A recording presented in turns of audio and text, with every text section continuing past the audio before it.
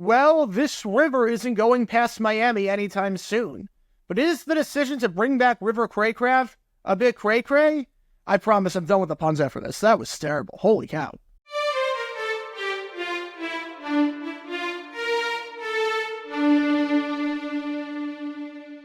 Welcome everybody to JG9 News. We talk all things NFL all the time. I'm Jerry and I'm representing the 904 from the 602. And today we are talking about this team behind me right here, the Miami Dolphins, and their need at wide receiver, because they had a massive need at wide receiver in terms of depth going into the 2024 offseason. Not a whole lot of guys under contract at the start. Cedric Wilson left the team to go to the New Orleans Saints in free agency. You also had guys like Chase Claypool, unsigned, disappointment in Miami. Robbie Chosen, Robbie Anderson, he is still unsigned, probably not coming back to the Dolphins. So they need to get a lot of depth at wide receiver. And they did bring back Braxton Berrios, which was big. And now they bring back another one of their own, re-signing wide receiver River Cracraft.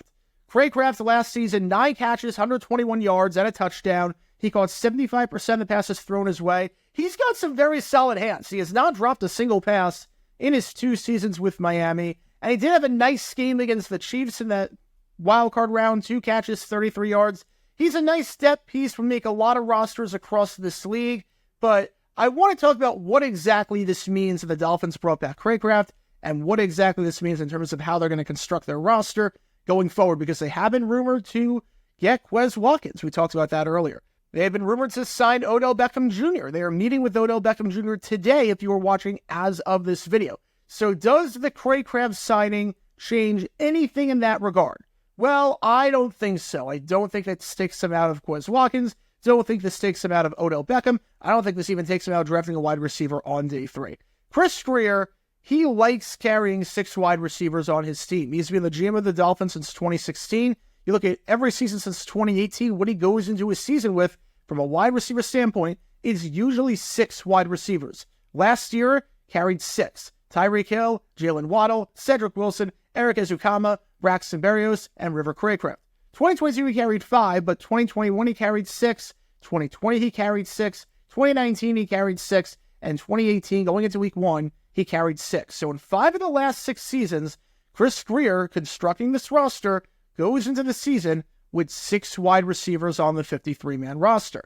Now, right now, you might be saying, okay, well, the Dolphins have 5 that could make it. Tyreek Hill, Jalen Waddle.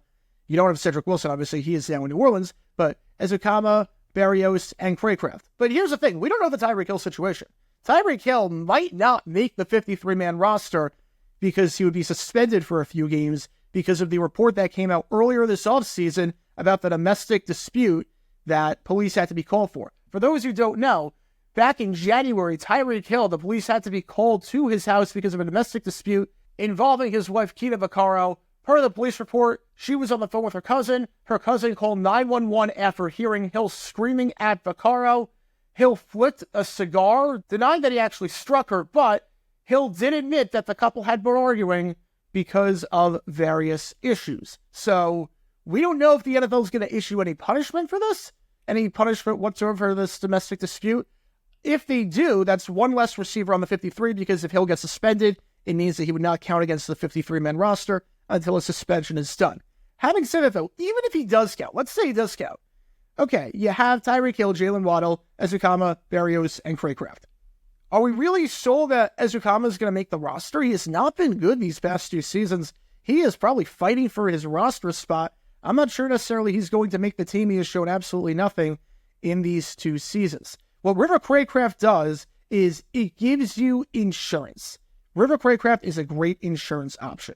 The Dolphins only have 6 picks to work with, barring any trades, and Chris Grier, not the best guy at drafting wide receivers. You look at the guys he's drafted outside of round 1. Obviously, Jalen Waddle, a phenomenal pick when they got him in round 1 a few years ago. But outside of him, pretty poor record. Elijah Higgins in 2023, Eric Ezukama in 2022, he's done nothing. Malcolm Perry in 2020, not sure you call him a wide receiver, but he was listed at wide receiver. Isaiah Ford in 2017, Jakeem Grant in 2016, and then 3rd-round bust out of Rutgers, Leonte Carew in 2016 as well. So Chris Grier, not the best at drafting wide receivers.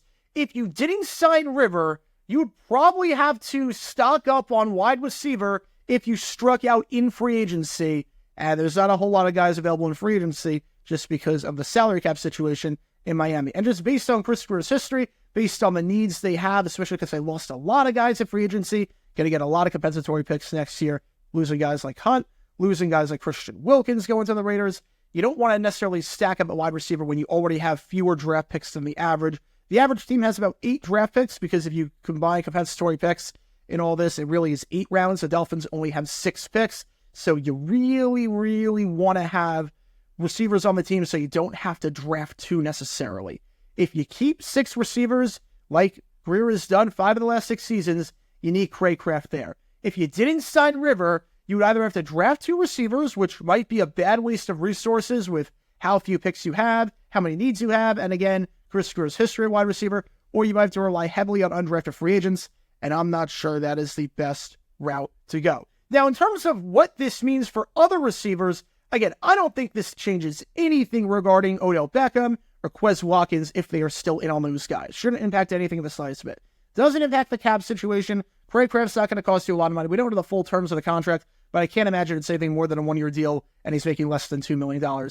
There's no new additions at wide receiver. Yes, you got Braxton Berrios. Yes, you brought back River Cracraft, but you didn't add anyone new. Watkins or Beckham would just fill the roster spot from Cedric Wilson leaving to join the Saints. And then if you draft a wide receiver, he probably competes with Eric Ezukama. So there's still major question marks at wide receiver because Ezukama is by no means guaranteed a roster spot. Tyreek Hill might not be on the 53-man roster to start the season off, at least. If you're keeping 6 wide receivers, even if we assume River is safe, and I assume he would be, again, he's a very solid depth option, that's only 3 or 4 receivers, depending on how you view Tyreek Hill, that I can safely say will be on the 53-man roster. Obviously, Jalen Waddle, obviously Braxton Berrios, and the River Cracraft and then Tyreek Hill if he is not suspended. So you'd still need 2 more receivers. So you get a guy like Quez Watkins or Odell Beckham, and then you draft a guy in day 3 to compete with Eric Ezukama, and we'll see if Ezukama can play better than he has the last 2 seasons. Now, if you sign Odell Beckham and Quez Watkins, that gets a bit more interesting. You probably won't need to draft a wide receiver then, because your 6 wide would just be Beckham, Watkins, Hill, Waddle, Cracraft, and Berrios. But Cracraft gives you much-needed insurance and decent depth so the Dolphins don't have to pigeonhole themselves into drafting wide receiver depth when Chris Greer is not very good at that. Again, he really has not drafted any decent wide receivers outside of Jalen Waddle, and that's not really depth. That's round 1.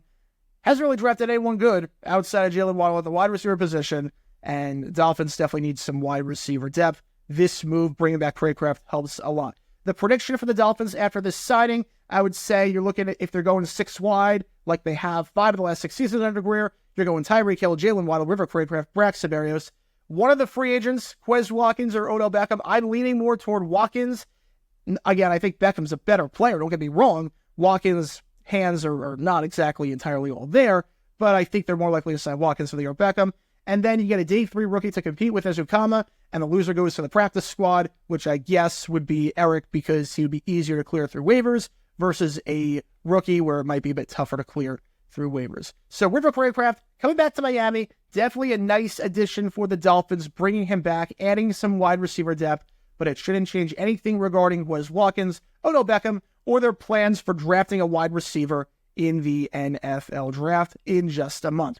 But what are your thoughts on the Dolphins wide receiver situation? Do you think they will sign Quez Watkins, Odell Beckham Jr., draft the guy? And if they do, who do you think they're going to draft? Who do you want them to draft if you're a Dolphins fan? Where do you think they're going to do it? Early in the draft? Late in the draft? What are your thoughts on River Cracraft? Do you like this move to bring him back if you're Miami? Let me know all your thoughts in the comments down below. That's going to do it for this episode of JG9 News. Be sure you like and subscribe. It helps the channel out a lot. And be sure to check out my main channel, Jaguar9, where we talk all things NFL history all the time. Until next time, this is Jaguar9 signing off. And as always, go Jags.